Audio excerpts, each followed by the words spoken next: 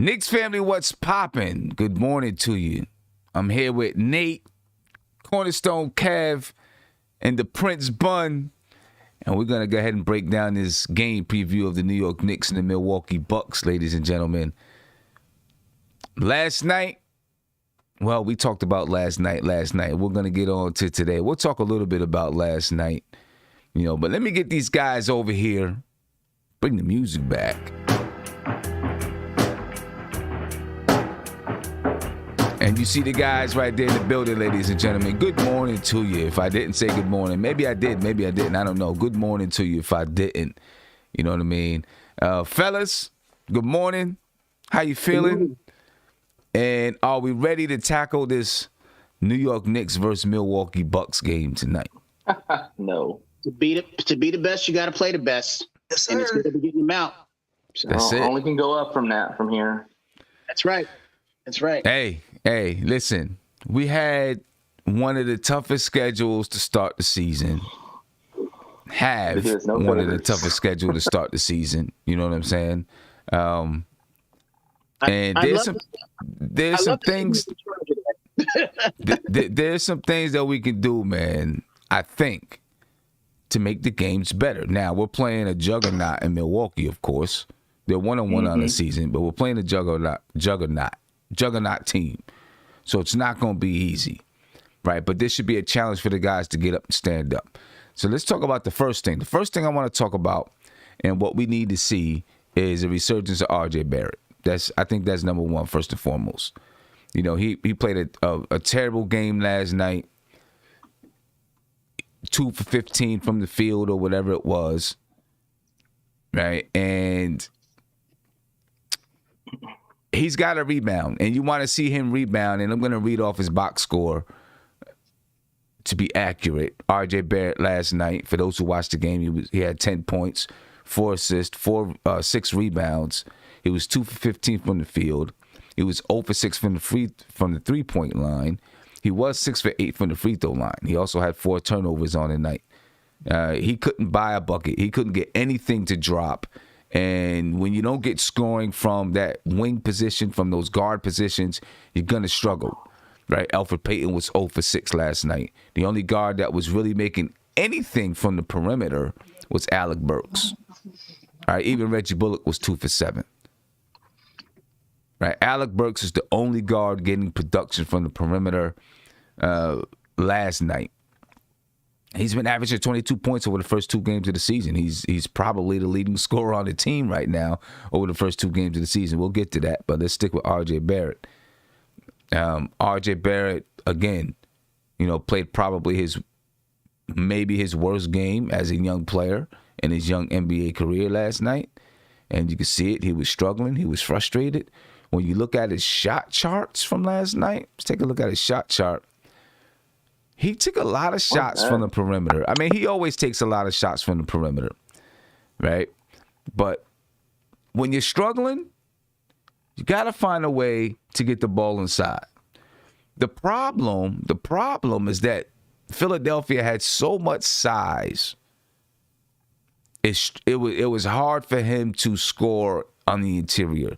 Normally, when he goes to the basket, he's able to, dropping it with that left hand. He wasn't able to do that when you got 6'10" Ben Simmons and 7-foot Joel Embiid, and then you're coming off the bench with another 6'10", 6'11" guy and Dwight Howard.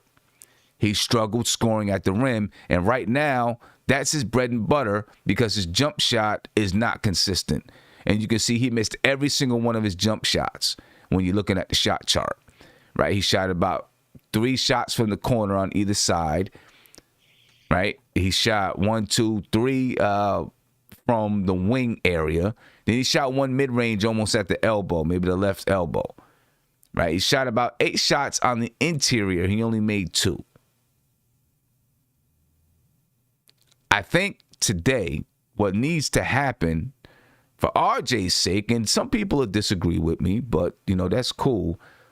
And I know, probably Josh would disagree with me, saying that, he's got to generate this, he's got to generate that. It's not the coach, da-da-da-da-da. But in my opinion, this is where the coach comes in. Tom Thibodeau has got to find a way to get RJ back on track, get him going again. It's only been 2 games. He played 1 good game, 1 terrible game, right? But get him back. Maybe allow the first 2-3 shots to go to RJ in the paint. Find him something in the paint. See if you can get him going that way. Maybe he gets to the line early. Let him know that we're not mad. We don't care about last night, and we still believe in you, right? You're still the guy. And I think it would be important if Tom set it up for Julius Randle to be the one to help him get his, get his rocks off from the beginning. Yeah. You know what I mean? That way, not only does it put in RJ that, Tom Thibodeau is behind him, but it lets you know my other guy, my roadie over here that's rocking with me, he got my back too. You know what I'm saying? I think that's got to be I think that's got to be the first thing today is to, get RJ going. Infuse that confidence, help him infuse confidence back in himself. Not that he's lost confidence, but, just let him know, hey, that was a one-off game. It's not going to happen again. Well, it could happen again in his career, but, it's not going to be every night. You know what I'm saying? So go ahead, get back out there and get your game on. Prince, what do you think, man? Sim, I'm feeling you, man, because like you said, after we spoke last night, I went back and watched a couple highlights and, just kind of listened to a couple other people. I listened to Raw Hebrew this morning. And the same sentiments that you saying, I was saying last night, and I've been saying for weeks now. Granted, I'm not blaming Thibodeau, and we're not going to get on that Fizdale type of, bashing as far as he don't have a system and all of that, because I believe we do have an offensive flow. Now, much like you just said, I don't believe Thibodeau's calling people's numbers just yet. He's letting them play in the system and learn how to play with the system without him calling, triangle for Julius or whatever, like you said.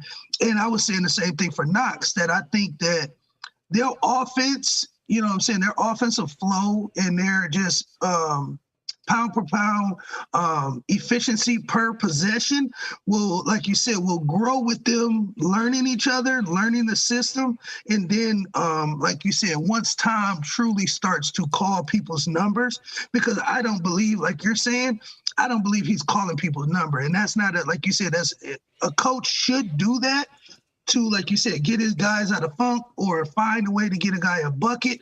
And like I said, that's what I was saying about Knox before that. I think, and I think RJ, same difference with him being a streaky shooter. Well, I ain't gonna say a streaky shooter, but a not so good shooter, and him having a bad performance like tonight. Like you said, when you see a player like that, and you as a coach, or if we had a point guard who was in at that time, and I know we'll probably talk about that later, but somebody could, like you said, generate that easy bucket for RJ, like you said, because even though he was, like you said, it looked like, when you look at the shot chart, he had at least 8 of those shots were in the paint. A good 8, 9 of those shots were in the paint. So again, if maybe he had an easy backdoor dunk or easy, like I don't know if you remember, Sim. Remember North Carolina used to run that like a backdoor cut with Vince Carter and always get him like that backdoor lob, easy dunk. Like if we could get RJ or Knox, those guys who we know have trouble getting their gears going, get them easier buckets to see the basket. But yeah, I think that's what I see. I'm saying bigger than anything last night. So, but I'll let somebody else eat. And what I haven't seen is the Knicks really get RJ.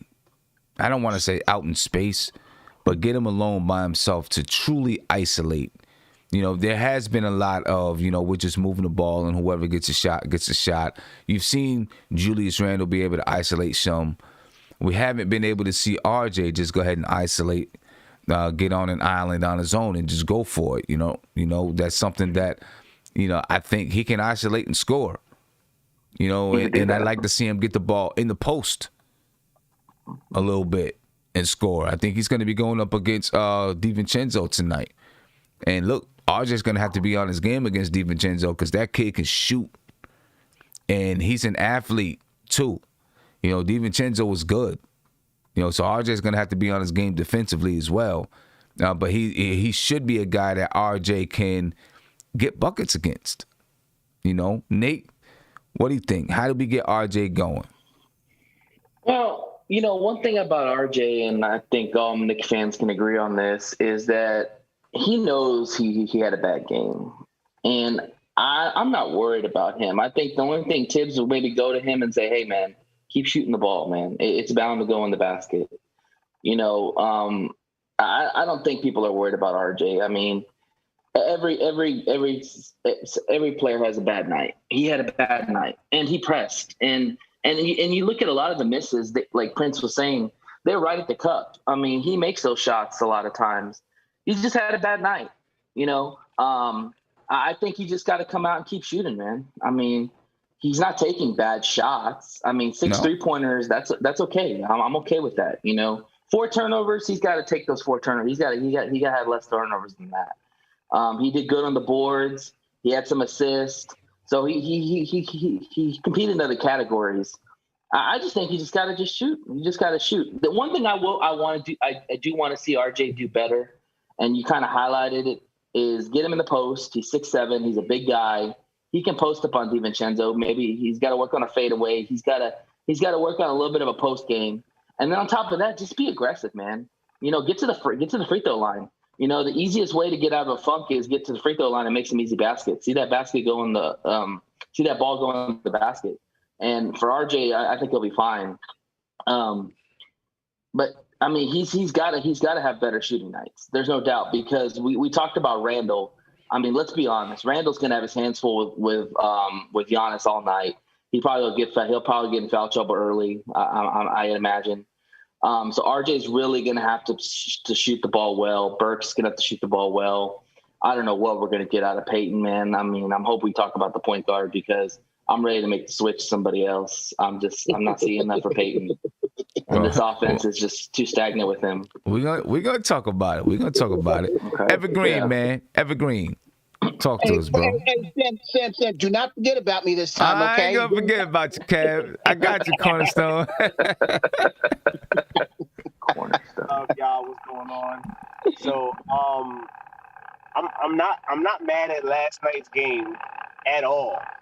In fact, I'm quite surprised that RJ was still able to push through. Because you guys got to remember, like, Ben Simmons is a perennial defensive guy. And when he went down last season, Matisse Thybulle picked up all of his defensive slack. Now you have Ben Simmons playing at the 1 and Matisse Thybulle playing at the 2. That might be the number 1 or number 2 best backcourt defense in the league right now. And then you're running all of these plays are going straight through RJ Barrett. You saw RJ Barrett's confidence go down on one of his drives, and Ben Simmons put that body on him. I expected him to keep shooting out of it. Granted, he didn't do well out of it at all, but I expected that.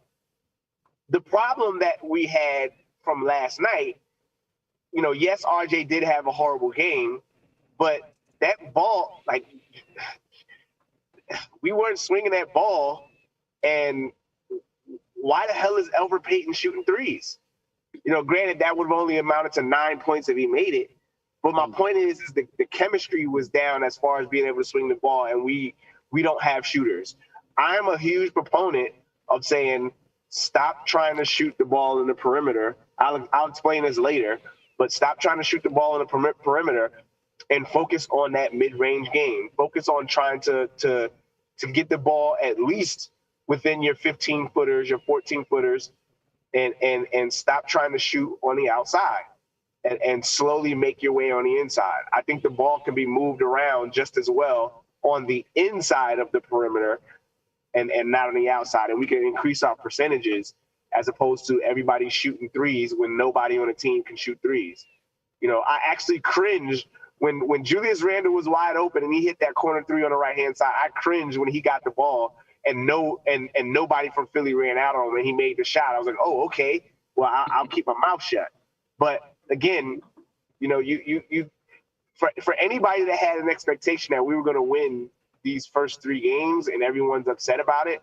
Like, I really don't understand why. Like I said, when you come back with a healthy Philadelphia team, you know, they're bound to cause you some major issues on the wing, on the defensive end. So, you know, RJ pull out of it. You know, he did it last year. He pulled out of it when he was getting shut down a couple games. So, you know, he'll be able to keep his head up, and, you know, I'm not wearing his shirt for no reason, so he'll be all right. Yeah. All right. I mean, I think he'll pull out of it as well. I think he'll play well tonight. Cornerstone. Good morning, everybody. Salute and good morning to the chat. Hey, Evergreen, just to comment a little bit on us expecting to win the first, 2 or 3 games. The only thing that was maddening was that we were in both these games up until the third quarter. It seems like the third quarter has been really rocky for us in these past 2 games. So I think that's the reason why a lot of Knicks fans are probably upset at that, because we were right there. Adjustments, they didn't adjust. Right, exactly. That's why we're a little upset. Well, not a little, a lot. At least I was. Those adjustments. I was going to say those adjustments that was made were Philly's adjustments. Philly went from running man to running zone. Just like when we lost in the previous game to Indiana, they went from running man to running zone, and we don't have shooters. It was you could see that game coming from a mile away after the second half. Like, so again, it's nothing to be mad at, because based off of anybody else, Well, I think we have shooters on this team. We don't have shooters on this team. So when a team makes an adjustment and decides to play zone, we're done. That's it. So I think a little bit of that. Yeah, we don't we didn't have shooters, but I think also we shot ourselves in the foot a little bit with some of the turnovers that we had that led to easy points for the team and everything. Right. So we did that against Indiana. Yeah. Exactly. Cornerstone, not to cut you off. Sim said it last night, and I ain't gonna front. Like it made me cringe when Knox pulled that rebound down, and he, tried to like tip pass it back out to the 3, and then it turned into a transition. I think a transition 3 for them. So yeah, little costly turnovers like that hurt us last. Exactly. But yeah. So real quick, I didn't mean to cut you off, Prince, but real quick on RJ, I'm not mad at him. I know that he's going to bounce back. He is a dog. He is he has that work ethic that he's not going to let this really, that'll affect him the next game. I think a lot of times during this particular game, he wasn't getting the calls that he thought he should be getting. I want him to sell it a little bit more. You see a difference when, even though he's not playing right now, but you see a difference when quickly gets the fouls. He'll sell it, and sometimes referee has no choice but to call it, as opposed to RJ. He doesn't sell it as much as Quickly does. And I know Quickly, it's a small sample size, with that, but he does sell it, and he was getting the calls when he was in. So that's all I got to say about RJ. I think he will have a bounce back game. He'll be sticking Middleton, right? Middleton will be sticking him. No, you said double. It's hard to say who's going to guard who. There's going to be a lot of switching around, so it's hard to say who it's going to be. Yeah, it could be Chris Middleton. It could be DiVincenzo. Think it could be either one. Who knows? Okay, Bledsoe's not with them, right? No. It may be Drew Holiday. Drew Holiday may get some minutes. Oh, I forgot about Drew Holiday. Okay, all right, yeah. So I think he's going to bounce back. I have no issue with him at all. Hey, Sim, I got a question for you. Yeah. Do you think that Tibbs knows how to break a zone? Yeah. I mean, it's not about. Look, it's not going to be about ball. It's not going to be about man movement to break the zone, right? It's going to be about ball movement and knocking down outside shots. That right? Penetration. You know what I'm saying? I mean, but it's going to be hard to get penetration without ball movement. You got to move the basketball and then attack any gaps that become available. If you're not doing that, then you can forget about breaking the zone. right? So he can put the players in the right position to break the zone all day long. The players got to be able to make the plays happen in order to break the zone. So do you think the players are intelligent enough to break the zone right now? Do you think they understand how to do that? I think they understand how to do it, but you got to make shots. We shot 27% from the three-point line last night. You got to make shots consistently, to break the zone. Nate, I don't think you remember, I shouldn't say it like that, but I don't know if you remember seeing Cleveland game. Cleveland pressed us like a couple times, and we beat the press. I don't think the press is an issue for a young team. I mean, if you're in the NBA and you don't know how to break a press, you in trouble. One at a time. Yeah. Sorry about that. Right. Yeah. Go ahead, Prince. What you were saying? I was just saying, Nate, that, like I said, if we in the NBA, as a point guard, as a shooting guard, you don't know how to break the press, we're definitely in trouble as far as IQ. But like Sim's saying is, you have to, the whole reason why a team goes to a zone is because either one, they can't defend man-to-man, or two, they disrespect your shooting. You can't make an outside basket and they don't want you to make layups. So with that being said, that fits us. We're a team who can't, only a good 2 or 3 of us can make jump shots. You know what I'm saying? Consistent jump shots at that. I just worry that, whenever they do go to zone, it just seems like sometimes the players just look like, oh, damn, here's the zone again. And then their confidence gets down, and then they start just jacking up stuff, and obviously they can't shoot, so I don't know. I mean, I think there's got to be more passing inside or trying to get easier buckets at the cup or something, because obviously we can't shoot, and that's where a penetrating point guard is really going to help. And Peyton's not the guy. I don't think we have it, but but see, that's why I disagree. I don't think a penetrating point guard against the zone is exactly what it is that you need. You need ball movement. You need the ball to be popping around the perimeter and then attacking the gaps. You know what I'm saying? But it starts with your point guard. Wouldn't you agree? But not from penetration. It doesn't start from penetration with the point guard. It starts from the point guard being able to get the ball to the wing, and then you shift the defense, and then the ball move. And not move slowly, but the ball pops, pop, pop, pop, pop, pop, making the defense shift.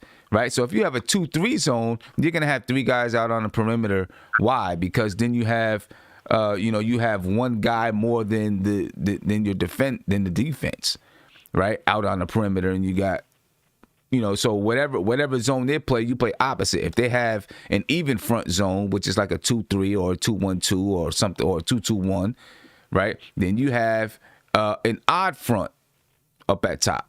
Right, so if they have 2 guys up top, you have 3 guys. If they have an odd front zone where they have 3-2 or 1-2-2 or 1-3-1, then you're going to have 2 guys up top. You're doing opposite whatever that they do, because that's what makes the defense shift. And then you move the basketball nice and crisp. You're not holding the ball, because when you hold the ball, you let the zone readjust, right, to where you are, because you're holding the ball. You know what I'm saying?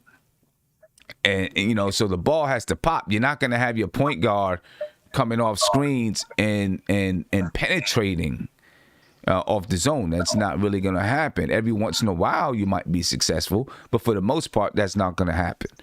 There's no doubt we need our guys to be more aggressive and get into the cup if they can't shoot. That's what they teach you. If you can't shoot, get to the basket somehow. Get fouled or get. But it gets tough if a team is playing zone. It gets tough to get to that basket. Big Freezy, what's going on with you, bro? We're gonna break down. We're gonna look at some details of this Knicks and Bucks game. But Big Freezy, good morning to you, brother. How you feeling? Hey, man. Good morning, man. It's good to be back on the mothership. Yo, glad to have you back, bro. It's the brothership, though. The brothership, man. It's the brothership. Man. It's the brothership. Good to be back on the brothership. Amen, brother. I was just scrolling through YouTube, checking some stuff, and I saw you were on, and I was like, look at my man never sleeps. Never. Yo, I'm trying to get the game preview in before everybody goes and watches football. You know what I'm saying? Yeah. So I was trying to get the game preview in early today. Yo, so I just wanted to jump on real quick. I still got family here. I just wanted to jump on real quick, man. Do what you do, brother. because I heard Kev talking about RJ. And so I just wanted to jump in and point out that the refs didn't have whistles last night. You saw a lot of physical play last night. And so, you saw Noel. I didn't know Noel was so light. You know what I'm saying? Dwight Howard was just throwing him around, man, like a rag to him and Mitch. Just wanted to throw out this thing, though. This thing right here with RJ was a clunker. Legit, RJ goes to the basket, looking to draw contact, and he got some refs that wouldn't blow the whistle. So, I mean, it's one of those deals. It happens. And then the Sixers have Simmons, Bible, Danny Green, Tobias Harris, and Embiid and Dwight Howard, all known to be, at least in everybody's case, great defenders, except maybe Harris, who may be just a decent defender. But when you have 3 wing defenders that you have to get by and 2 centers that are always in the defensive player of the year conversation, it's hard penetrating that defense, man, and getting to the basket. No doubt. Couple of shots RJ penetrated, did get by, and he got hacked, and they wouldn't even call it for RJ. You know what I'm saying? Yeah. But the thing I did want to say most is for Kev. Hey, Kev, we want Frank. After that mess last night, we want Frank. Oh, my heart. We want Frank. I'm done with Peyton. But listen, I know. But for those that don't know the Uncle Freezy narrative, I've always, for like the past few years, I'm like, move Frank Ntilikina down that road to Bruce Bowen, right? Like, start Frank, man. Cut out the point guard conversation with Frank and move Frank down that road to Bruce Bowen. But after that mess I saw last night, bro, anybody, because I saw Elfrid Payton, and I ain't gonna talk y'all to death, man, but I saw Elfrid Payton legit pass up a wide open 12-foot jump shot and kicked it out to Nerlens Noel for 3. And it was a contested pass too, by the way. It was like the defender contested Elfrid Payton passing the ball, and Nerlens Noel was contested catching that pass. Why are you gonna pass up a 12-foot wide open jump shot to pass to a big on a perimeter for 3, knowing he can't? The Mitch. Right. So I just wanted to jump on and say that. And Evergreen, don't think you're getting away, bro. You know I'm in the league, right? you know I'm in the league. I'm coming for your head when we play. Of course I'm right. And I'm giving out L's. I'm not even, hey, Evergreen, I'm not even wrapping the L's up. I'm not even wrapping them up and putting a bow on them. I'm just going to straight up give you the L straight out of my hand from one hand to another. You get an L.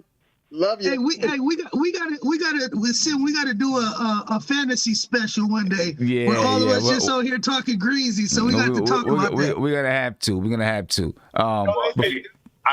Hey Sam, I just wanted to jump on and say, man, listen, man, I love you, appreciate you, man. I love what you're doing for the Knicks content creators, man. Hey, keep doing your thing. Get some sleep every now and then, though. I try. I do the best that I can. I do the best that I can. You the one that's up till 4:00 in the morning and get up and do the Knicks morning show. So I don't know. No, I don't know what you talk about, Freezy, but trying to grow it for the NBK fam. Trying to give the NBK fam everything they can possibly get. But I'm gonna jump off of here, yo. I just want to jump on with y'all and holler for a few minutes, man. Hey, yo, I appreciate it. Hey, chat, make sure y'all subscribe to the channel, smash that like button. I'm out of here. I appreciate it, man. Enjoy the family, man. Enjoy the family. Yeah, man. See, my only thing about this is, does Tibbs want Frank on the floor? That's the question. It's not about if the fans want Frank. Does Tibbs want Frank on the floor? I don't see why not. He plays defense. Listen, I'm just saying, does Tibbs want Frank out there on the floor? Because clearly, I said it last night, and I'm going to say it again.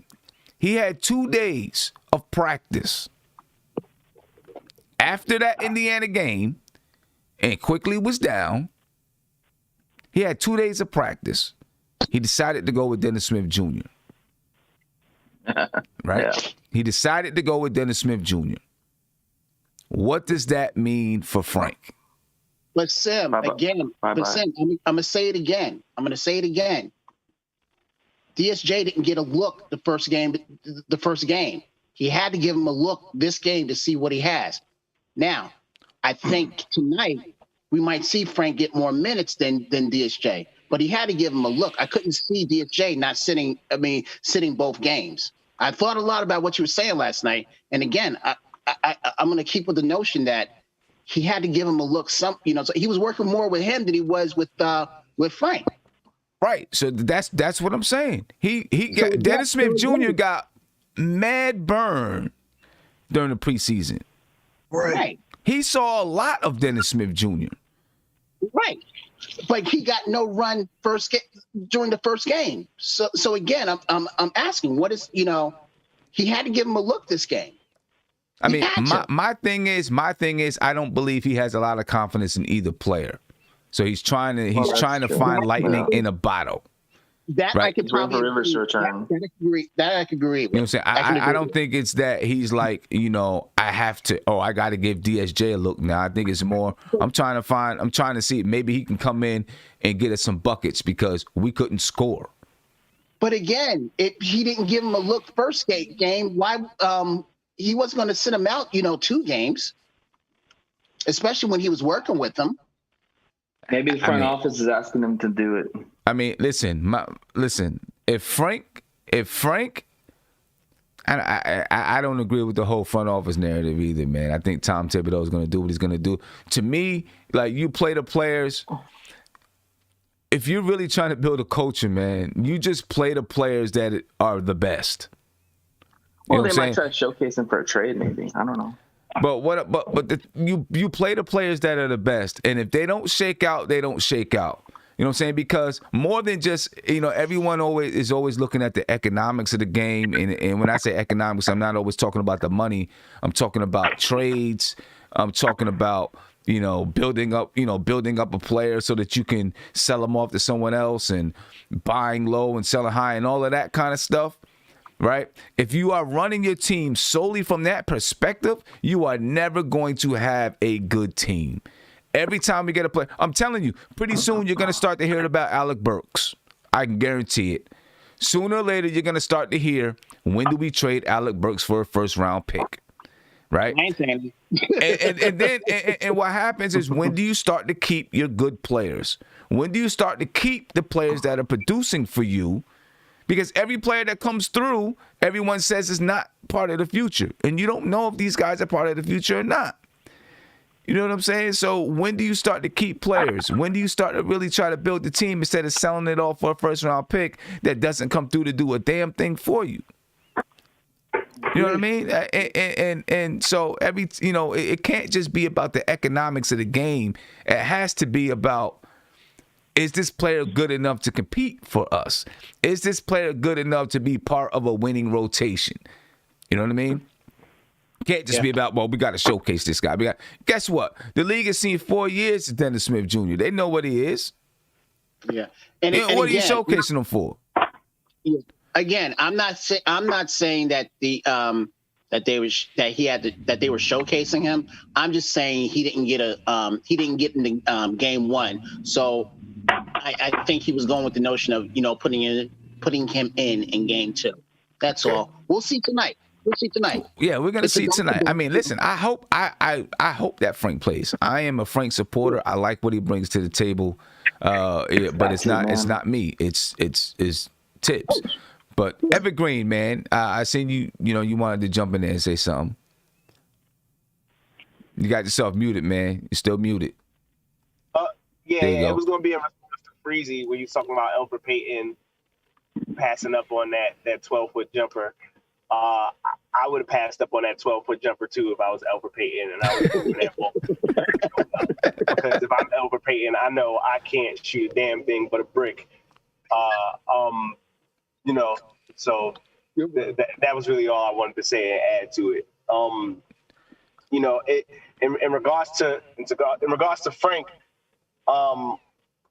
there is some questions about what Tibbs wants to do, if Tibbs even sees him as a viable piece right now. I think yesterday would have been a perfect time to showcase his defense against Ben Simmons. That would have been a perfect opportunity just because we know what Ben Simmons brings on the offense and we know what Frank brings on the defensive end.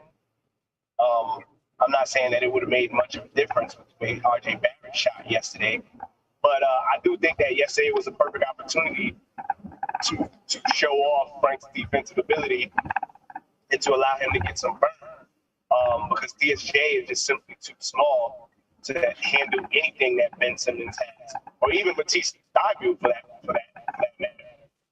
And to include Elfrid Payton, like they're too small. You know, Ben Simmons is like he's like a slimmer Giannis that can handle the ball, a slimmer, shorter Giannis that can handle the ball. So you can't expect for Elfrid or Dennis Smith Jr. to be able to handle that in any capacity.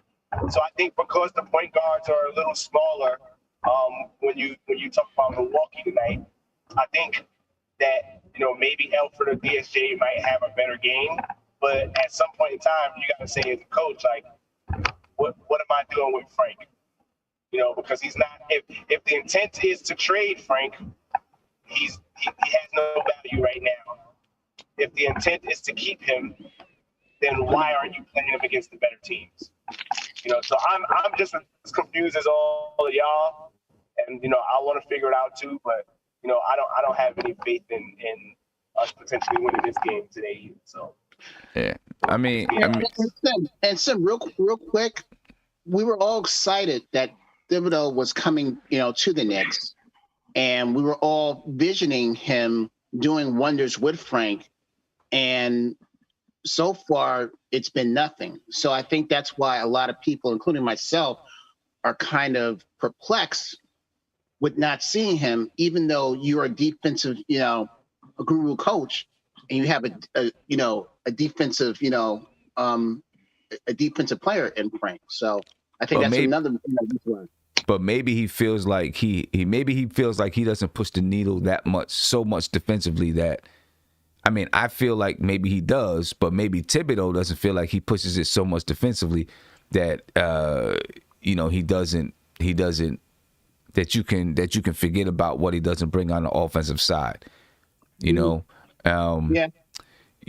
It's hard to say, what Thibodeau thinks and what he feels. We'll see tonight whether or not Elfrid Payton starts. Now, if Elfrid Payton doesn't start, will it be Frank or DSJ? Which I think Elfrid Payton is going to start, right? Because one of the things that I do believe about Thibodeau is he's been in the league for long enough that he understands that players go through ups and downs, and teams have to find times to find a way to bring their talents together to put one product on the floor. You know what I'm saying? And I think that's something that he understands.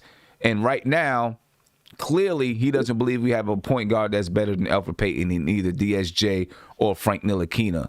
He'll probably continue to start him. I mean, it's obvious when he goes with a non-point guard at times to back up Elfrid Payton that he's not feeling like Frank or DSJ is a suitable backup. What's the situation with Quickly? Is he still hurt? He's got that hip pointer, man. The hip pointer is going to take a little while to heal. You want him to come back healthy. There's no reason to rush him back into anything. It's only 2 games in. You want him to come back healthy and strong. Caller, you live. What's popping? Good morning, y'all. How y'all doing? How you feeling? Good morning. Good afternoon. Yeah, good afternoon. Yeah. Yeah, man. I've been listening to y'all this morning, and I'm a big Frank fan and everything, but I'm trying to be realistic about everything that's going on.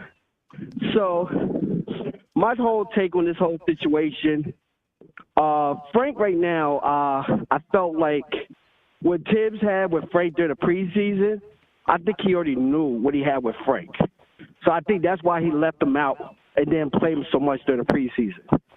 But with DSJ, I think they're really trying to get him out there to see if he can play the point guard position, to see if he can actually build up some value. Because nobody knows what to do with DSJ, but you know what you can get from Frank.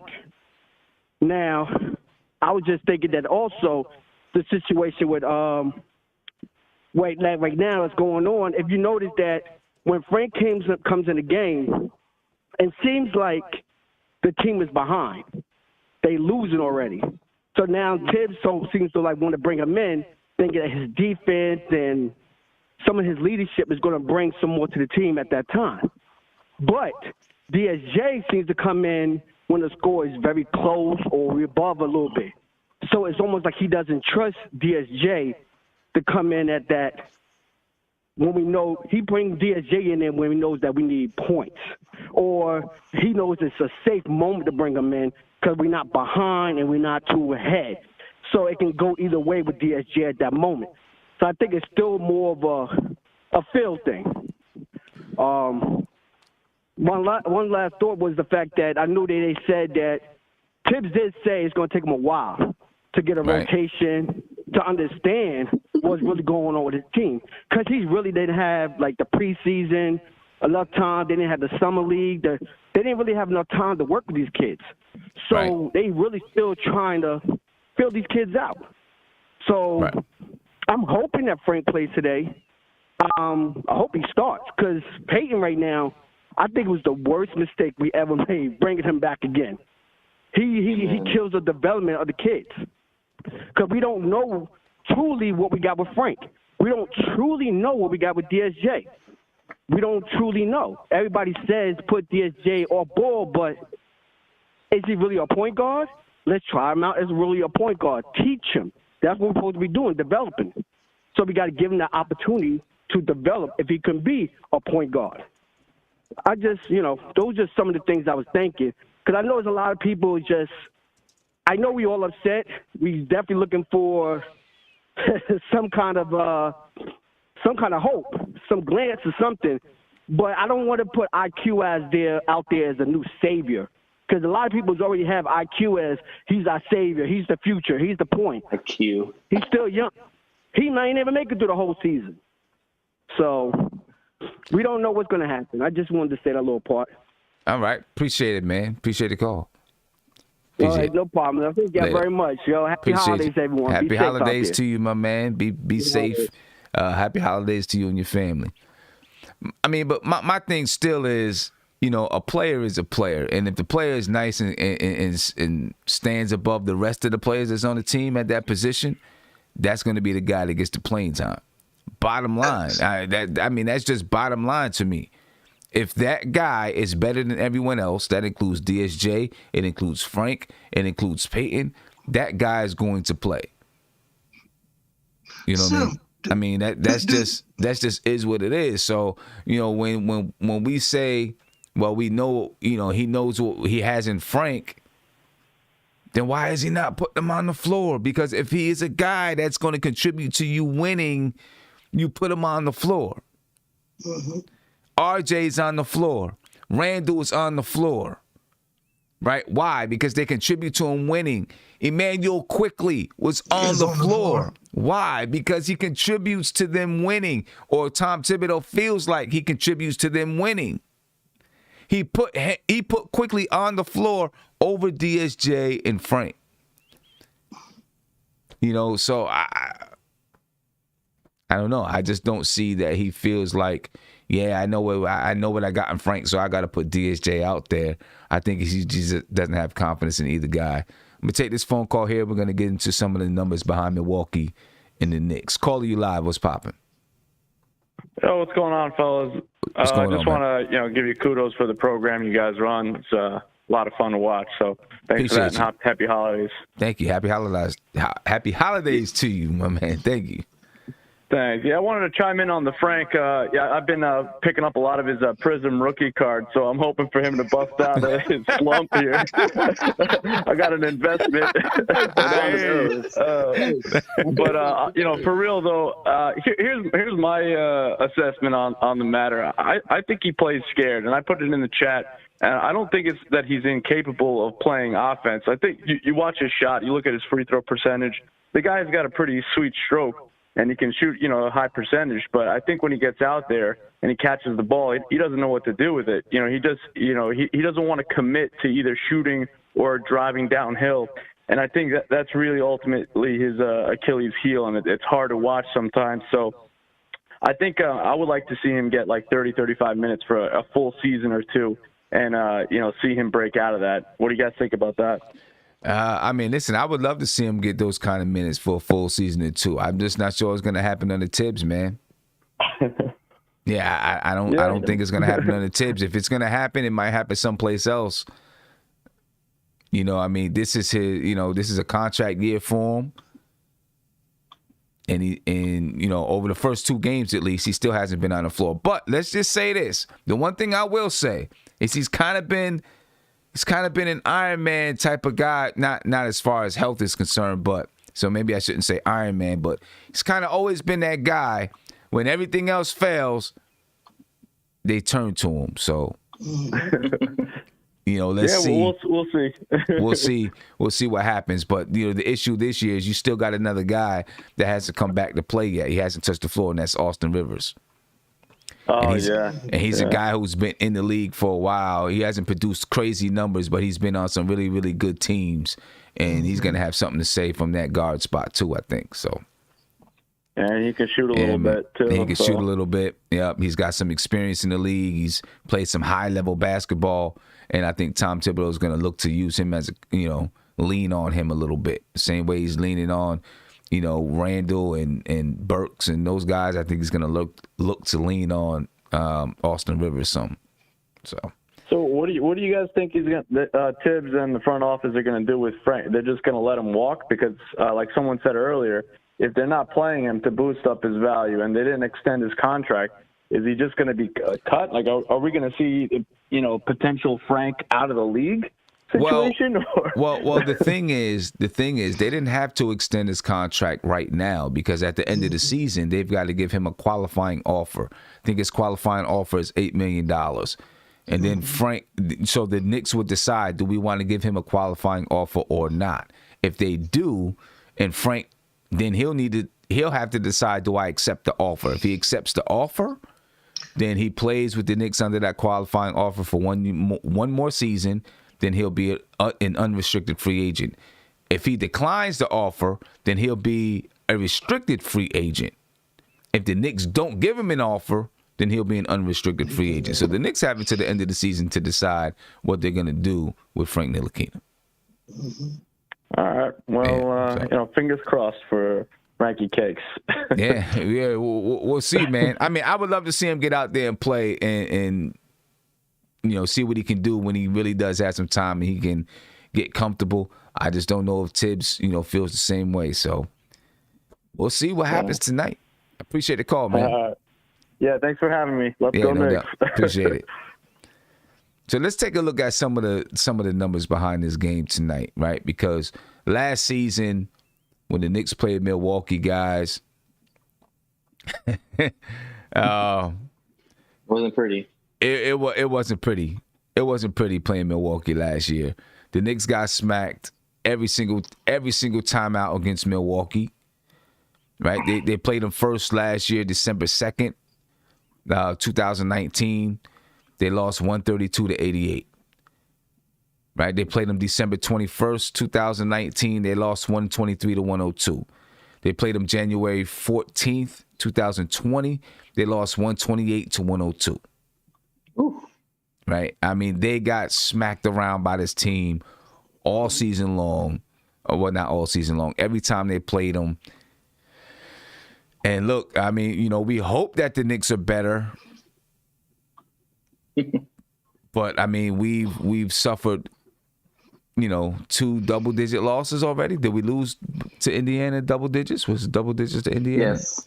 2 double-digit losses already.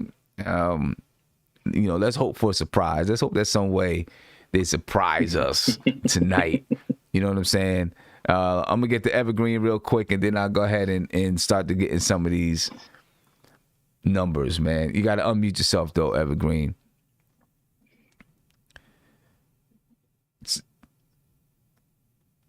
If Bobby Portis has a good game today, I'm gonna be pissed.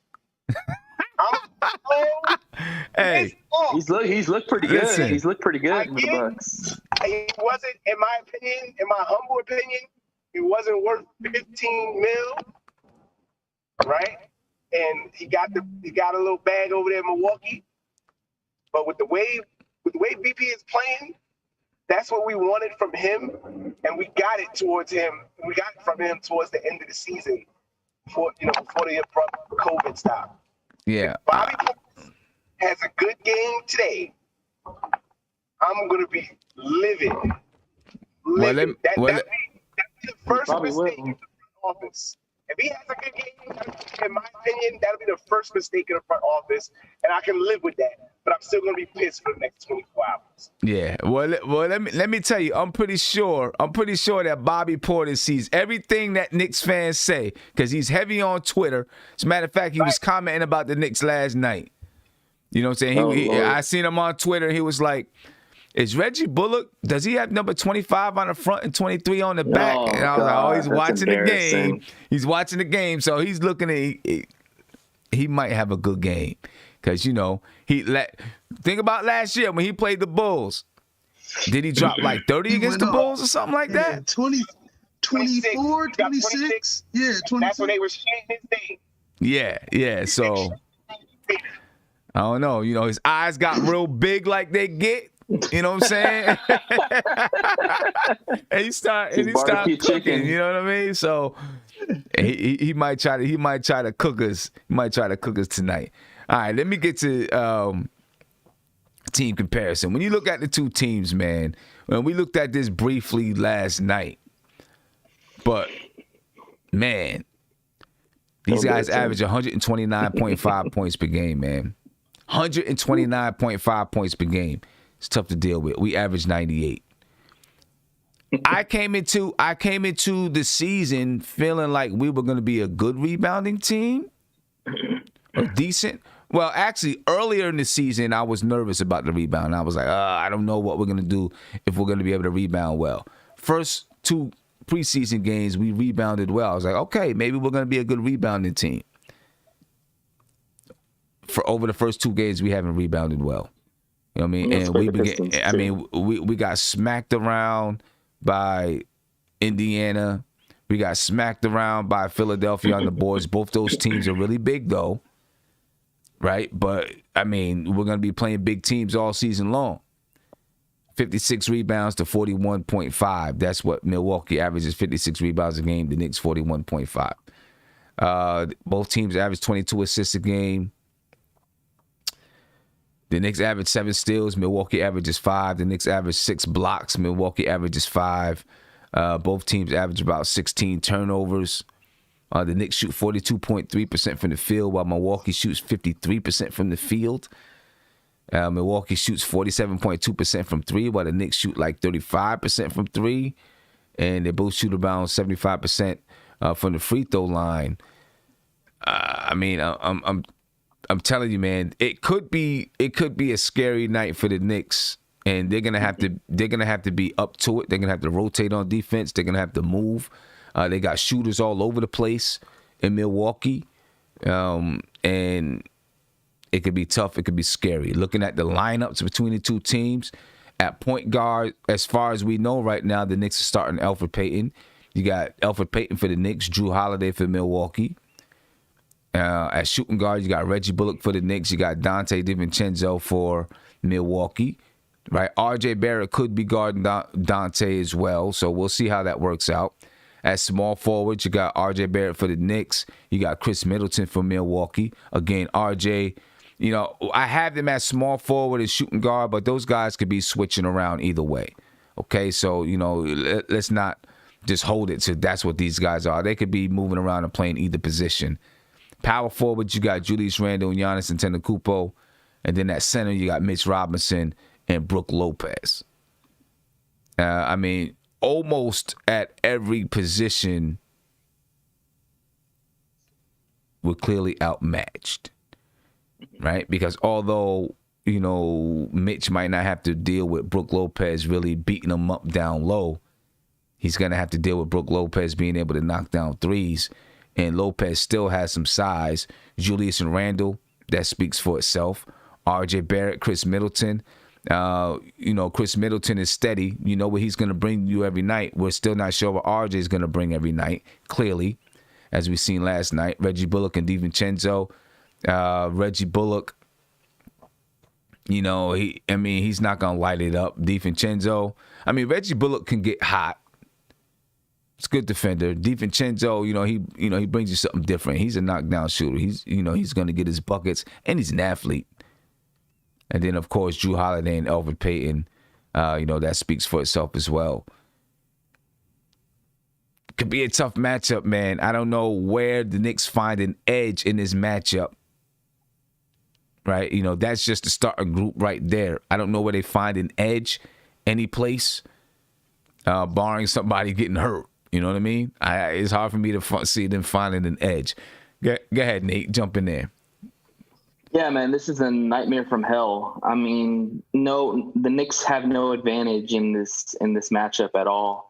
If anything, they have a disadvantage at a lot of positions, especially with Giannis on Randle. That's going to be, like I said, he's probably going to get foul trouble in the first couple of minutes. The one thing I will say about the Knicks is that if there's one thing that I can take away that I hope to see is that the defense. How much has our defense improved? We've played the likings of Detroit, Cleveland, Indiana, Philadelphia. This is by far one of the most electric offenses that we're going to play all year. Giannis is a beast by himself. Holiday can score. Middleton, I don't know if y'all saw that Christmas game. Middleton couldn't miss. He was hitting everything. So, I really want to see how our defense is going to respond, because that's going to tell me how good of a defense we're going to be going forward, or how much work we really need to do on defense before we can get to that level that we want to be. It's going to come down to forcing turnovers. You're going to have to try to force turnovers and try to get on the break and try to get easy baskets, because if it's a half-court game with the Bucks, good luck. We don't have a point guard. We don't have shooters. Our bigs are going to be overwhelmed. Mitch is going to be pulled out of the paint because he's going to be on offense. He's going to be against Lopez, but Randall's going to be overwhelmed with Giannis. So I don't know where the scoring is going to come from. We just have to hope that we can hit the three. Well, hopefully it can come from the bench. Let's hope that we can get something from the bench. Alec Burks, he's been playing well, right? He's our leading scorer right now at 22 points per game. Alec Burks, I believe. I don't know. Maybe not. Or maybe he and Julius Randle are close, right? Julius Randle had 25 and 17.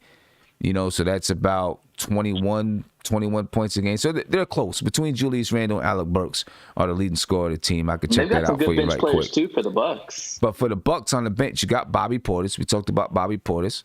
You got Pat Connaughton. You got DJ Wilson. You got Brian Forbes, DJ Augustine. That's who's playing for those guys off the bench. You would hope that we could bring something off the bench. Of course, you know who we got on the bench for the Knicks. Right? You got Kevin Knox. Obi still may not be playing. Obviously, Emmanuel Quickly's not playing. You got Alec Burks coming off the bench. You got Nerlens Noel. He's not going to give you buckets coming off the bench. Iggy time. Iggy's not playing in the NBA. I know. I hate to say it, bro. I hate to say it, but Iggy's not playing in the NBA, man. He's not playing in the NBA. It's not happening. Is there a chance, given that Quickly is out, is there a chance? It's not. I don't think there's a chance that he's playing in the NBA. I'm sorry. I seen him play in the preseason game, and I'm like, oh no, it's not happening. Is there RJ a chance? And Knox getting foul trouble? Yeah. He'll go to somebody else. He'll go to somebody else. But is there a chance that Jared Harper gets some burn? What you think, Prince? Is he on the active roster? Oh, sure. Yes, yeah, he is, Nate. I could definitely see that. and I was trying to throw this in earlier, and again, Sim, just for being devil's advocate, but do we think it could be the reverse with the whole Frank showcase thing, where maybe they are truly trying to showcase DSJ and Elford to get him out of here? And I understand me and both of you are on the same page about Frank not getting minutes, because we heard Tom Thibodeau say this all offseason. I'm playing the best players who are going to help me win. So that would be totally, reverse from what we think of Frank playing, because Frank hasn't played. So if he's fitting to what Thibodeau is saying, it's a reason why Frank ain't playing. But, to see Jared Harper, I think I kind of almost say, Sim, it's almost like you just said, it's like where you go down the bench and you looking and that kid, like, man, dude ain't been to practice. Dude, cussed out his mama at home. Mm-hmm. I don't know if I even want to play this dude, but my two, my starting point guard that turned his ankle. The other backup point guard ain't playing today. All right, dog, come on, man. Please, you just don't mess up. You know what I'm saying? Like, just don't mess up. So maybe we might see Jared Harper get some run today. We need that juice. I can't, the only thing that he's a liability is his size, because again, he can score the ball. He's not a prolific scorer, but he can score the ball. He can, facilitate the offense like we need. So, I would not be like, because again, what we're seeing at point guard, Sim, me and you could step out there and play point guard. Like, I mean, you know what I'm saying? For the type of basketball that we're seeing right now. So I am all for seeing Jared Harper. If he's on the roster and he has a jersey, let that kid play. And if you're not, and like we said, if Frank's not going to get significant burn tonight, we have to get it from somewhere else. We have to. Yeah, the thing about Jared Harper is, because he's small and he's quick, he can get up the floor. He can keep the ball popping. He can get inside. He can shoot the ball a little bit, He's so aggressive. I don't know if we're going to see him. It would be nice to see him, but I don't know if we're going to see him. You know what I mean? We'll see. But tonight, it's going to be a tough matchup. What I want to see from the Knicks, really, we went over the lineups and all of that stuff, and I'll show you again, just to take another quick look at the lineups. You got Elfrid Payton and Jrue Holiday at point guard, Reggie Bullock and versus Dante DiVincenzo at shooting guard, RJ Barrett versus Chris Middleton, Randall versus Giannis Antetokounmpo, and then Mitch Robinson versus Brook Lopez. And, the benches look maybe about even. But as far as that starting lineup, that's a tough starting lineup for the Knicks to deal with. Your key matchup is probably Julius Randle versus Giannis Antetokounmpo. Mm-hmm. Right, and I'm interested to see what kind of schemes Tom Thibodeau is cooking in his head against Giannis. Like last night, some of the things that I saw last night that they were doing, for Embiid, you would see Embiid get the ball in the post, and Julius Randle's guy would be all the way over on the other side of the floor, while Randle was kind of doubling from the backside, right? But they all knew what was going on. So then when Embiid passed the ball out of the post and the ball started to rotate, Randle would start going back towards his guy, but then he would take whoever was open, right? If there was a guy at the three-point line that was open, Randle would close out and someone else would take his guy. They had that communication. I've seen it a few times. I'm interested to see what they use against Giannis to try to neutralize him, and try to keep him from, listen, I would drop off of him and let him shoot it. That's what I'm doing. If I'm Tom Thibodeau, I'm telling Randle, drop off Giannis, drop back, let him shoot the ball. If he starts to beat us from the outside, then we just got to live with it. Drop back, let him shoot it, see if he can knock it down. You can't let him get out in transition because he's going to be unstoppable if he gets out. Yeah. If he's getting the ball off the backboard and going coast to coast, you're not going to stop Giannis. Who was that, Sim? Was it that Miami who, like in the bubble, who, what they do? They put that shell, that shell right outside of the, Toronto. What they call that line? Yeah, what I'm saying? The charge line. I forget what that's called. But, what I'm saying? They put that shell out there for Giannis so that you're not getting to the cup. Yeah. Like, you know what I'm saying? Like, you can shoot, bunnies and jump shots, but you're not coming in here dunking on us. Every time you come into the paint, you're going to see 2 or 3, well, in Miami's case, it was 2 or 3 black jerseys every time. Giannis didn't get to go to the cup by himself. So that if we can, adapt to a philosophy like that tonight, where, we just try to find a way to make everybody else beat us. But again, that's so easy, when you say it like that, when you got Middleton, and you got Drew Holiday and all these other guys, obviously that's their job, is to beat us. But again, if, like you said, if we can adapt to a defensive philosophy, we execute it, and even if we lose, I'll be happy to see at least we went out there with a plan, we stuck to it, and it was, it was effective for trying to slow down Giannis. So if we can do that, like you said, I'll be a happy camper. Right. I can. And the only problem with the strategy that I just brought up is, like you said, they got shooters. So if you really try to pack that paint, you need Randall to drop off of him a little bit, dare him to shoot the ball. Right now, everyone else is going to touch the paint. Everyone else is going to touch the paint. And when they do, now you got to deal with Chris Middleton, who's shooting 56% from the 3-point line. Right? Yeah, you got to keep a body on him all game. Yeah, right. He's shooting 56% from the 3-point line. You got DiVincenzo, who's shooting 66.7% from the 3-point line so far this season. Obviously, that's going to come down. Yeah. You know what I'm saying? You got Drew Holiday, who can knock it down from 3. Yep. Right? But you I'm got okay with those guys taking those shots. You got Bobby Portis, who can knock it down from 3. I mean, you can be okay with them, but the thing is that when they're knocking it down at 56%, at 66%, then you almost rather those guys shoot 3s than shoot 2. Yeah. Right? Because they're knocking it down at a higher clip. But the one guy that can shoot, that's going to shoot a good percentage like that all season, is going to be Middleton. Middleton is a shooter. No, we talking about the Knicks. We talking about him playing the Knicks, Nate. I'm sorry to cut you off, bro.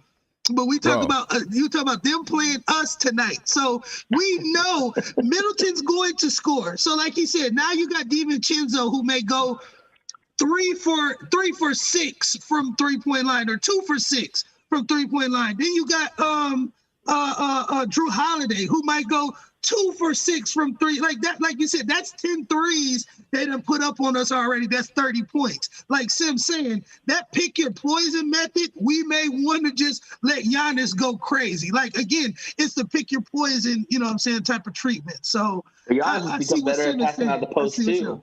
Yeah, he has. And that could be another strategy. Just let Giannis go ahead and do what he does and guard up on everybody else. Make Giannis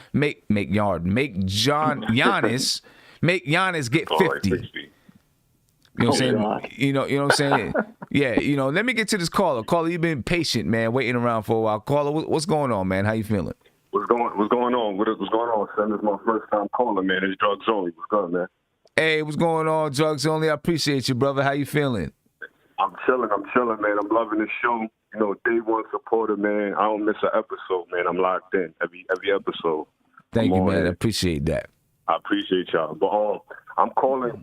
I was thinking about, what if we switch up the lineup? We put Burks in at the 2. We need some scoring right away. If we playing with those guys, we definitely need some scoring straight away. You know what I mean? Put Bullock on the bench. Bring Burks in, keep everybody else in. I definitely want to see Harper play, man. I don't want to see Payne play today, man. That's horrible. Watching him shooting 3s, I cringe. Every time I watch him shoot a jump shot, man, it's horrible.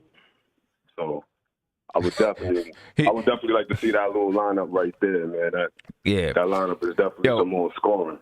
Peyton's 3s, when it's like a straight line. There's no arc on the shot or nothing. It's a straight line to the basket, and you already know it's gonna miss. You know what I'm saying? It's a straight line to the basket. I'm like, yo, come on, man, it's crazy. Yo, Peyton is horrible, man. Like, I never seen nobody shoot like that before, man. It's bad. It's bad. So I would definitely try Harper, see what he got to bring to the table. Maybe even Pinson. I mean, he's tired, but we need somebody else out there besides Payton, man. That's bad. You know what I'm saying? I mean, now I was gonna say, unfortunately, he's probably going to be out there starting for us today. Yeah, I know. I don't know why Tibbs don't put Frank in the game, man. I don't know what's going on with Frank. I think Frank ain't showing up in practice or something. I think it's the probably in practice, Elfrid Payton is, the best point guard that you have in practice. You know what I'm saying? And, he has, he's at least confident in himself. And I think DSJ and Frank they're not confident in themselves. themselves. Yeah, definitely. Yeah, DSJ, it looked like he's depressed, man. It looked like he's going through some serious issues out there, man. His confidence is shot. I was watching him play. I was like, man, he don't got no confidence, man, whatsoever. Yeah, man. So so that's the situation, and listen. When Austin Rivers comes back, there was some people that was like they wasn't sure if he's going to start. When Austin Rivers comes back, man's gonna be on the floor, bro. He's gonna be on the floor. You know what I'm saying? Yeah, Austin Rivers is gonna play. He's gonna play for us, definitely. Yeah. But I would like to see that lineup just to get Burks in there. See how the scoring looks. Randall, and we can't do the Randall slander no more neither, man. Randall's actually playing good for us. He's playing good, man. Right now, he's really holding it down for us. I mean, RJ was cold yesterday. Randall was really playing. He was balling. So we got to just see where we're gonna go, man. But I hopefully Tibbs will turn this around, man. Eventually. I hope so, man. This is crazy watching this, man. Yeah, I mean, listen, we played 3 of the toughest teams in the Eastern Conference the first 3 games, so. Yeah. They gave us whoever make that schedule. They don't like us. Word up, man, because they hit us with something bad. I mean, it went from Indiana, a better team in Philadelphia, to a better team in Milwaukee. You know what I'm saying? It's crazy. It's rough. They wanted us to see. They wanted us to have a rougher schedule, man. So I mean, we got to fight though. That's all. That's it. We just got to keep fighting, man. Third quarters, we got to really show out on our third quarters. That's what's killing us. I think. Yeah. We had 16 the other day, 14. That's not going to cut it. So we got to really third quarter. We got to really play. Exactly. But I just want to give a last little shout out, man. Thanks for having me on here. I got the album out too for all Knicks fans, man. It's called Knicks Tape. So it's definitely fire. I'm breaking down the coaching staff. I'm breaking down the whole season that we got so far. Front office, the rotational players, the starters players. So it's a dope project. Shout out to Obi Toppin's mother, Bonnie Toppin. She's really rocking with the album. So it's a good album, man. That's what's up, man. That's dope. So I'll definitely share with the chat. Yeah. Share the link, man. Share the link with me. I'll put it in the chat and everything, man. That's what's up. Definitely. I'll send it, Definitely. No doubt. All right. Good forever, man. All right. Peace, man. Appreciate you, brother. Yeah, them third quarters, that's something we got to do, man. We got to make sure we show up that third quarter. If we're able to have a good first half, we at least got to come out and show out in the third quarter. The third quarters have been killing us, and we lose the game every single third quarter, whether it's adjustments or the team isn't able to handle the intensity, that's coming up in that the other team comes out with in the third quarter. The Knicks have got to show up that third quarter and make sure that they come out ready to play in the third. You know what I mean? Against any team, you're gonna get bust if you can't. That third quarter. Here's the thing, and I'll get to you in 1 second. I was explaining before. That starting lineup. In that first 5 minutes of the game, 5-6 minutes of the game, both teams are kind of feeling each other out. They're getting warm, right? You bring your subs in, the end of the first quarter to then they play through to the middle of the second quarter. And then the end of that second quarter, teams are warmed up. And guess what? You bring your starters back or you put your best 5 on the floor during that time. So it's not about who's starting all the time. Right, you put your best 5 on the floor, and then in that third quarter, you want your best people out there in that third quarter too, because now guys is ready to play. You know what I'm saying? The game is like you're in the midst of the game. You want your best guys out there on the floor, and then of course to end the game off, you want your best guys out there on the floor. So I'm sure Tibbs is working through those rotations to figure out who's going to give me the best energy, the best intensity. The best level of play in that third quarter, because right now the third quarter is pounding us. pounding us. You know what I'm saying? Caller, you live. What's popping? What's going on? Same as AK. What's going on with you, brother? How you feeling? Everything good, and you? I'm good, man. I'm good. I'm feeling good, man. That's what's up. What we talking about? We're talking about today's game, right? Yeah, we talk about today's game. We were just breaking down things the Knicks need to do in the third quarter. You know what I'm saying? Because the third quarters have been killing us all season long. Hell yeah. That's what I've been noticing. I've been thinking there's a lineup in that third quarter. I mean, I know we can't do nothing about it because we don't have a point. I think the point guard situation is trash. I mean, it's killing us. There's no doubt about it. And it's not even Peyton's fault. Peyton is who he is. You know what I'm saying? Exactly. If we knew who Peyton was coming into the season, he didn't change. He didn't automatically get a jump shot. You know what I mean? Peyton, he is who he is. We just didn't pick up a better point guard. Nobody was out there. Nobody was out there. You know, I'm hoping Rivers come in, do his thing. Right. That's the thing. Hopefully Rivers can come in and give us something. You know, he doesn't have to be a dynamic point guard that can get 10 assists a game and this and that. He's just got to be better than what we got. Yeah, you know what I'm saying? Just better than what we got. You know what I mean? Yeah. But yeah, I like to see Jared Harper though. They need to get him in there. Yeah, I mean, it'd be nice to see Jared Harper. The thing is, he's small, and I don't, 5'10". you know, he's so small, 5'10". I don't know if it's scaring Thibodeau away or not, but he used Nate Robinson, so. Exactly. I mean, I like Speedy Claxton. I think this kid could be like Speedy. Okay. Hey, listen, you know, as long as Quickly is out and Austin Rivers is out. You know, it's going to be a call. People going to, you'll hear the chirps and you'll hear the rumors or you'll hear the chirps from everybody saying, let's get Jared Harper up there if he's not going to use DSJ and Frank. You know what I mean? So, you know, we'll see. Son, tell me though, Sam, we may get a win though. I don't know why. I feel a win by like 1 or 2 points. I'm going to tell you what, if we get a win, If we get a win, that'll set the weekend off right, man. That'll set it off right. That'll set it off right if we get a win tonight. You know what I'm saying? Yeah. All right, hey man, hey, I appreciate the call, bro. Yeah, definitely, bro. Yo, have a good one, man. You Peace too, man. Peace Have a good chat. one, man. Peace. I won't. What? Got Joe Madden in the building, man. What's up, Joe? How you feeling, man? What's happening, guys? How we doing? What's Pretty up, good, since man. shot? Pretty good, man. Pretty good. We just breaking down this game, looking at this game, man. Yeah, we're about to head off because I know people are ready to go watch some football. You know what I'm saying? Yeah, Football's going to start in Giants, 10 minutes. So I have the Giants game ready. I don't know how I feel. I think our season might be over after this one. Hey, listen, man. I mean, this is the thing. It's all going to depend on what happens with the Redskins, though. If both teams lose, then we got a chance because we played Dallas the last game of the season. Yeah, the Redskins have Seattle, right? I'm not. Do they have Seattle tonight? Today? I think no. They played Seattle last week.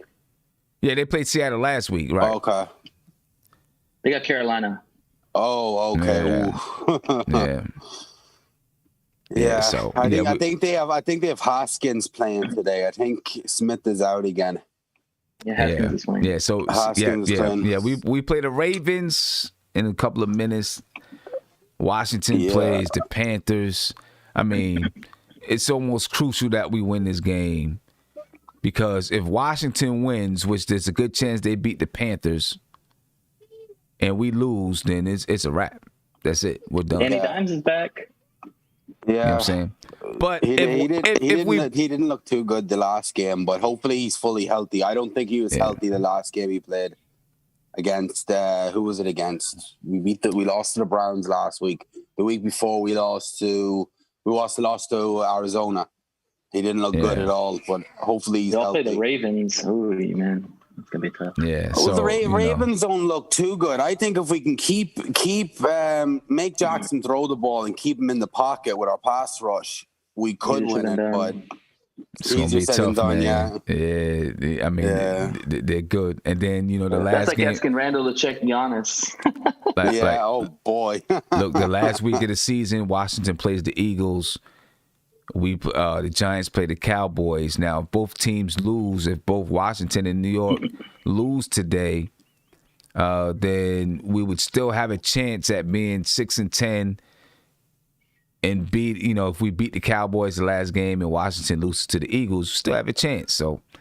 Yeah, you never know. Because we have the tiebreaker. Because we have the tiebreaker. We beat Washington twice. Right, we had a tiebreaker. So the thing is, if the Eagles beat Washington, then they're 5-9, 5-9-1. Who knows? Yeah. I don't know. Who knows? Who knows? But anyway, really quick, man. Talk to us about tonight's game. Knicks. Man, tonight's game is going to be tough, especially if offensively, if we play. I want to say about yesterday's game, last night's game. Defensively, we were very good. Offensively, we struggled, and I think it could be the same type of game. We just I think we need to play zone against this Milwaukee team and just clog up the paint. Make sure you don't make Giannis shoot. That's what we need to do. But it's yet again easier said than done. It's going to be an uphill climb, but our offense needs to get it together. Offensively, we were just a mess yesterday. They couldn't turnovers, they couldn't hold on to the ball. RJ had a bad game, but hopefully if he has I believe yesterday if RJ had a good game, we could have won that game. Philly don't look that good, but against Milwaukee, that's another level. They just got a lot. They've been killing us the last couple of years, and they just got better getting Drew Holiday.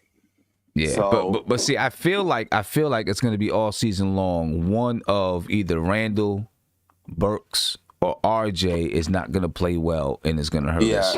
It's always going to be that way, I think.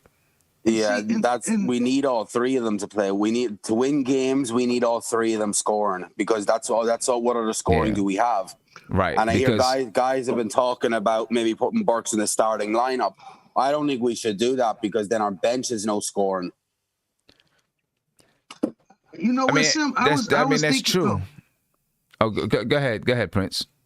Me, man, Knox is my baby, man. But like I said, like Joe just said, and I had said it before, just like you were saying, and I think I heard Rod Hebrew say this and some other people chime in about it, is that our team is definitely a flow team. Is when we're flowing and we're playing together, everybody plays pretty good together. We've seen what we can be when we play a good basketball game.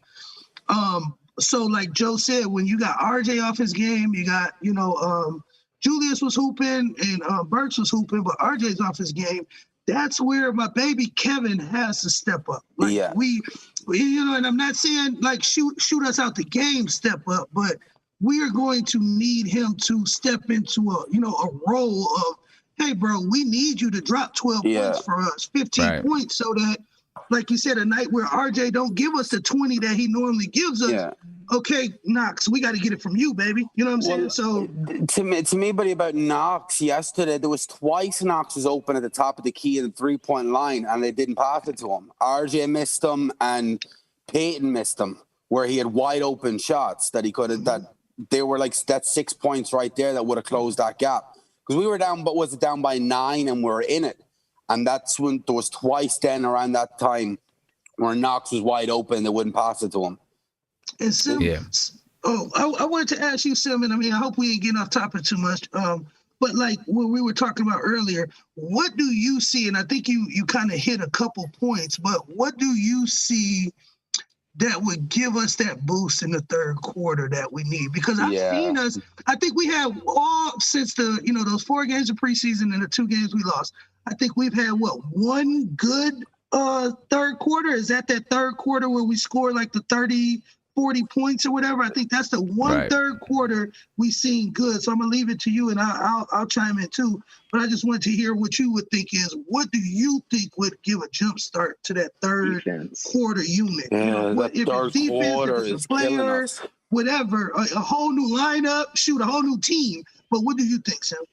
I mean, I think it has to come from the players, man. I think that the coaching staff is probably putting in good adjustments. I think it has to come from the players and being able to mentally withstand, the intensity that's coming at them and then match the intensity.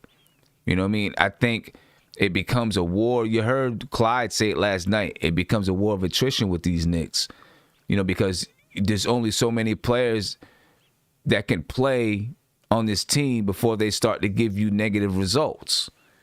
You know what I'm saying? So you have players that can come out and they can start, they're busting ass from the beginning, but it starts to teeter off with them, right? You start to get negative returns from them, because we don't have players that can last that long. We have players that are meant to come in and give you a good 15 minutes of high production, but that's all they can give you is 15 minutes of high production.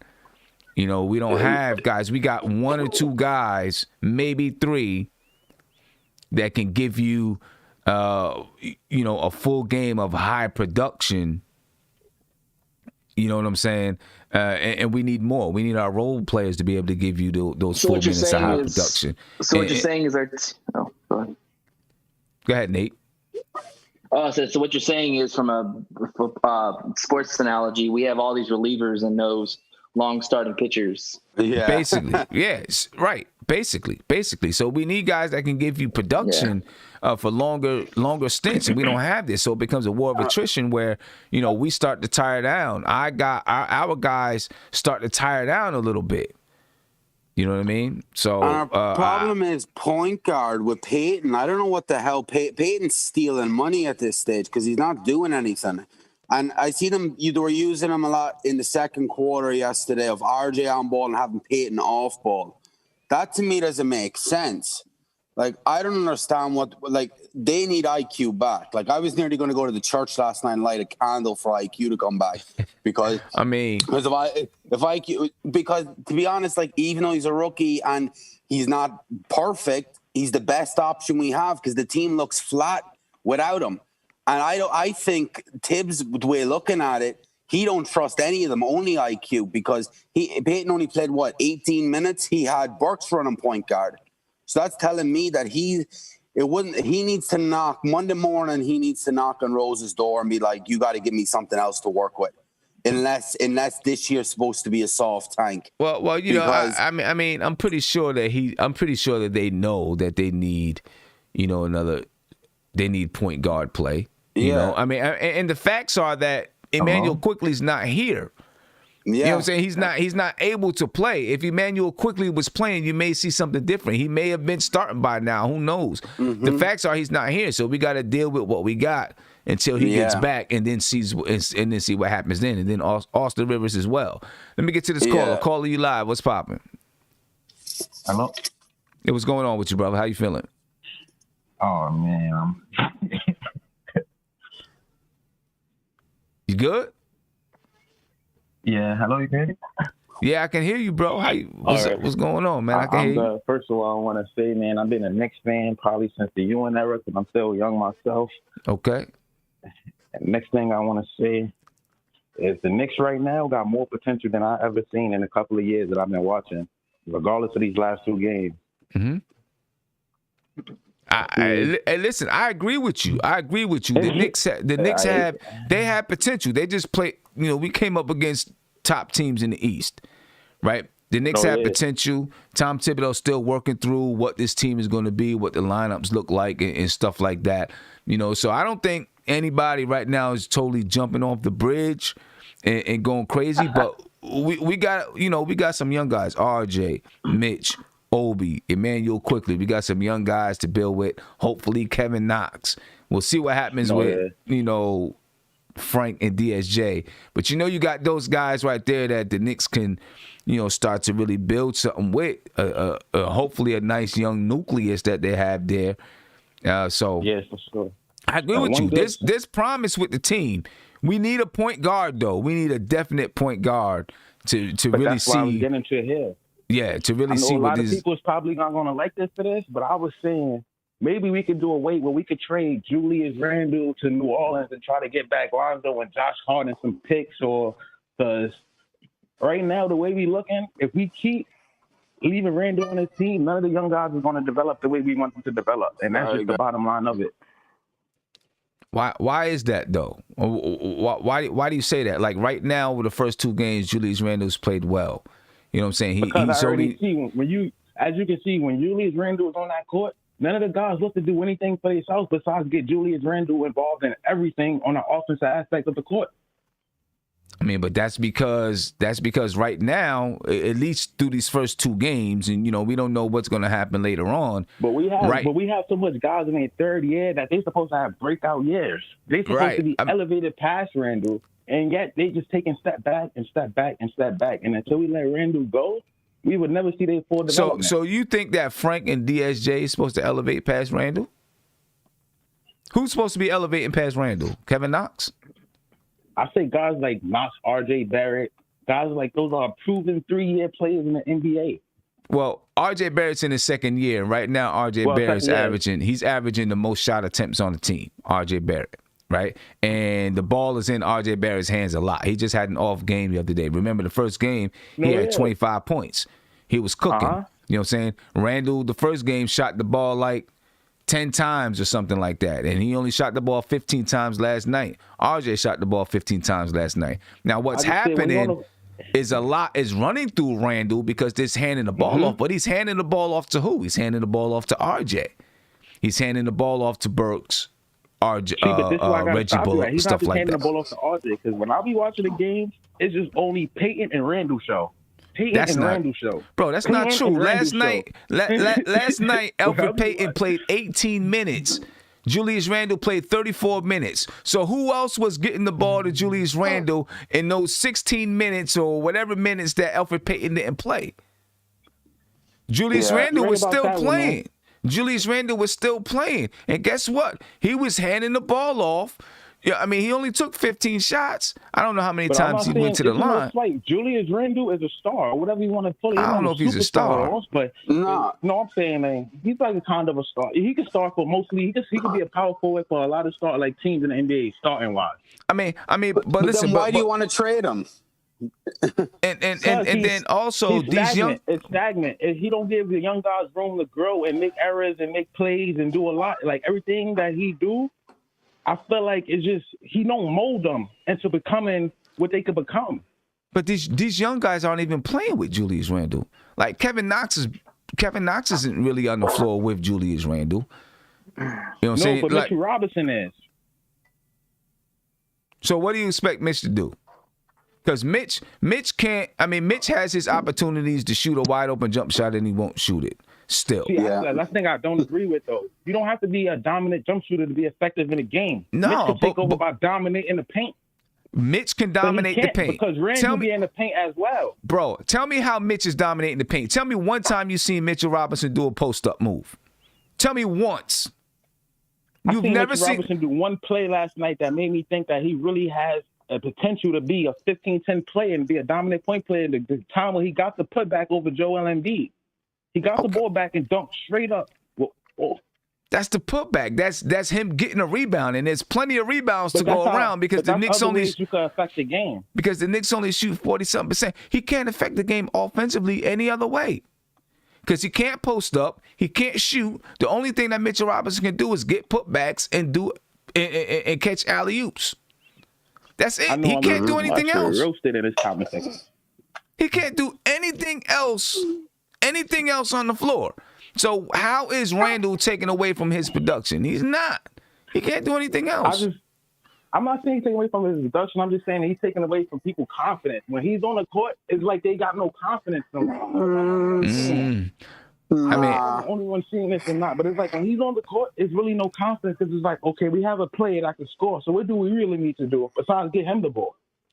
I don't know about this season, man. I don't know about. You know what? I could have gave you the argument last season. So far, over 2 games. Let's just say that over 2 games, Randle has played. I mean, he had 9 assists in the first game.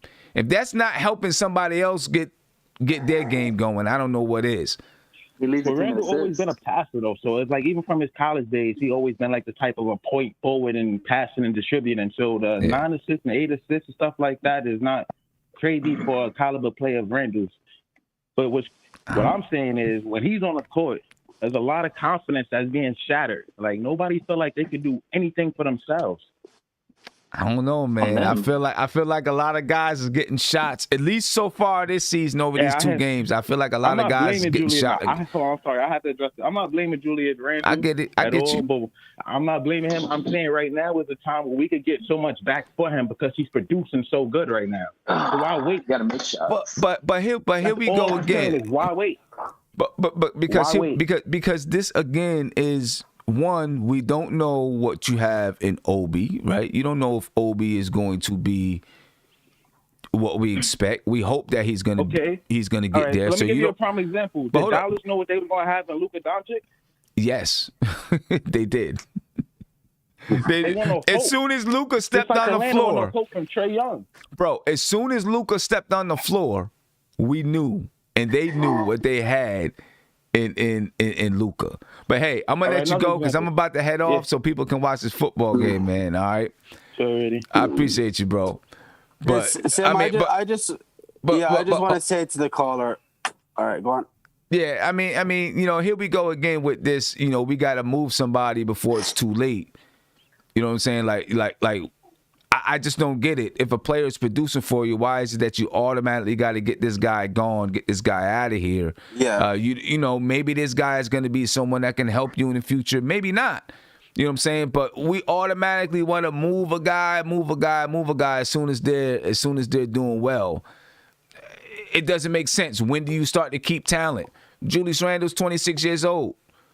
You know what I'm saying? I mean, Alec Burks, if he's playing well for you, he's 29 years old. Maybe he's a little bit older, right? But when do you start to keep some of these guys so that you can build your team?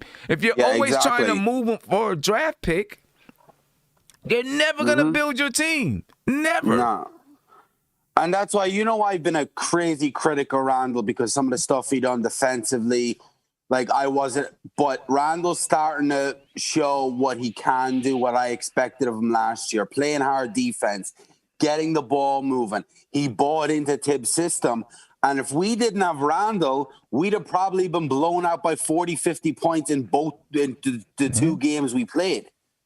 Honestly, Randle is probably our best player beside RJ because we don't know what RJ is going to be if he can be consistent. Randle's been consistent all preseason and in the first two games. And I love Obi, and Obi's probably our future, and Randle might be moved, or he could be in the future. But as of right now, Randle has to be our starting power forward because I don't just trust Obi just yet. He needs a little bit of development, and that's not his fault. He didn't have a summer league. He didn't have a full camp. Right. So and he's hurt. So you got to let Obi get used to the speed of the game. And it's better for him coming off the second unit because you put Obi straight into the first unit and he's not playing well.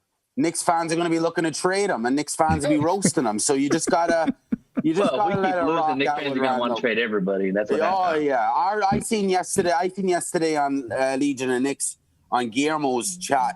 Guys were saying, "Oh, RJ stinks. Let's trade RJ." And I'm like, Knicks fans are ridiculous. I'm like, tomorrow he drops 30. You're gonna want he needs to be MVP.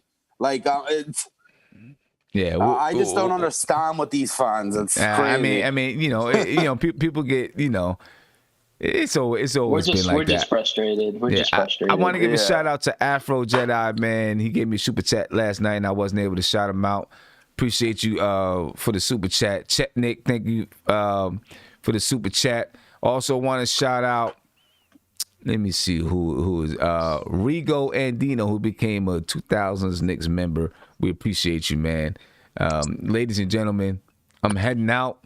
I'm going to watch the Giants, and I will be back tonight in the post game. So make sure you check me out for the post game, and you can check out last night's post game. If you guys, if you're into hip hop. Rakim, the legendary Rakim from Eric B. and Rakim. His son, Tamel, was on the show last night. He's a huge Knicks fan. And I believe that Rakim was in the building. Well, he wasn't on the show, but, I could hear Rakim speaking in the background talking to Tamel, I believe. You know what I mean? But anyway, make sure you guys go check that out last night. See what Tamel is talking about. He's got an album out. and he's a dope artist. He's a good artist, man.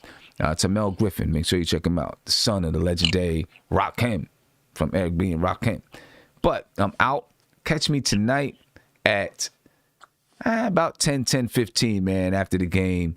And, we'll break down the game and talk about everything that's going on with the Knicks. We'll see what happens tonight against the Milwaukee Bucks, man. It's going to be, hopefully, listen, a couple of people jumped out here and said that, they think the Knicks might come away with a win, or at least one person. I seen it someplace else on Twitter. Who knows?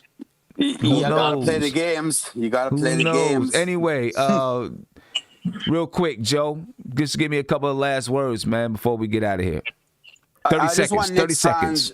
I just want Knicks fans just to relax, because we're rebuilding, and this, to me, is the first year of rebuilding, and you got to build this thing through the draft, and the way the Mavs are playing, we have the number 1 and number 2 pick right now.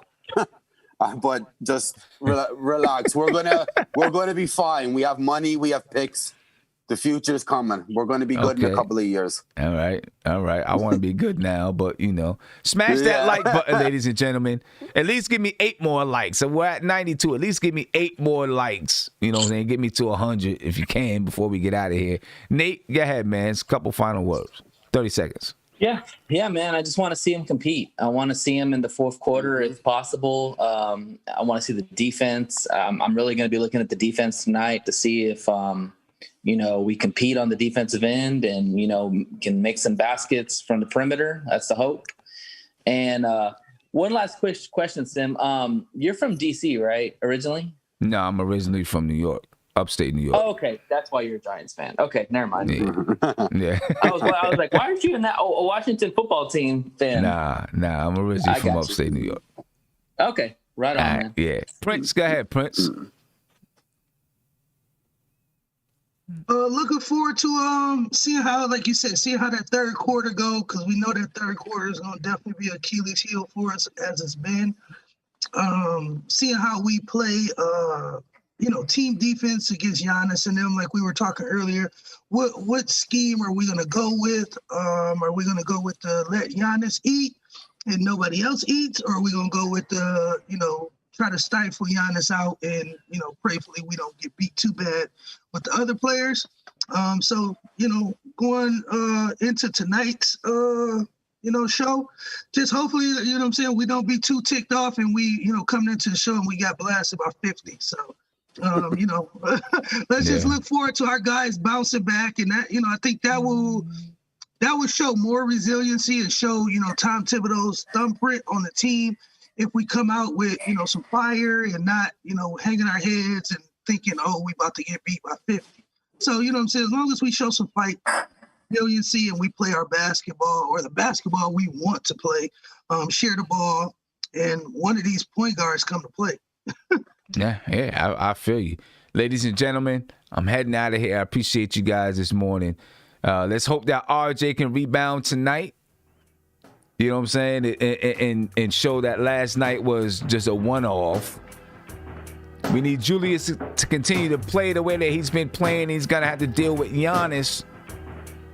And we got to figure out, like Prince said, we got to figure out that strategy against Giannis, man. Are we going to let Giannis get his and make sure we guard up against DiVincenzo, Chris Middleton, and all those guys? Or are we going to give Giannis room to shoot and clog that paint up and then take a chance that these guys get hot from 3? And then that third quarter, ladies and gentlemen, we got to make sure that we killing that third quarter. We got to come out and play in that third quarter. You know what I'm saying? We can't let Milwaukee just run over us in the third quarter like we did with Indiana, like we did with Philadelphia. We got to come out in that third quarter, play with some intensity, deal with the adjustments, all that kind of stuff. You know what I mean? And then the point guard situation. What are we going to do with that point guard situation? Somebody's got to step up and play some ball. I'm sure Elfrid Payton is feeling the heat. Maybe he can step up tonight, ladies and gentlemen. Anyway, I'm out of here. I'll see you guys tonight at 10:15 or so. You'll get the notification. All right? We're out of here, man. Peace.